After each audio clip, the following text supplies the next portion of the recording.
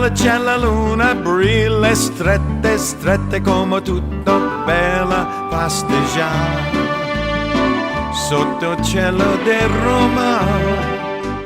Hi, I'm your Uncle Frank.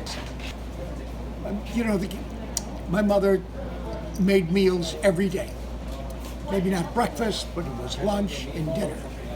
And she would be cooking meatballs and freeze them. She would, you know, just, in those days, I mean, everything was fresh. I mean, we go to the market every day. We go fresh lettuce.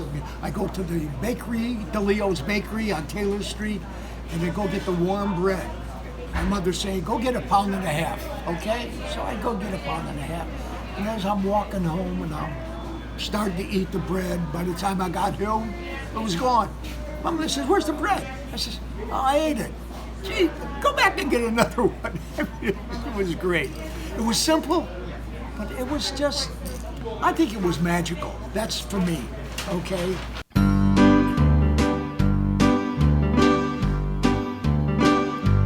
Come bella c'è la luna, brille strette, strette come tutto bella pasteggiare sotto il cielo di Roma.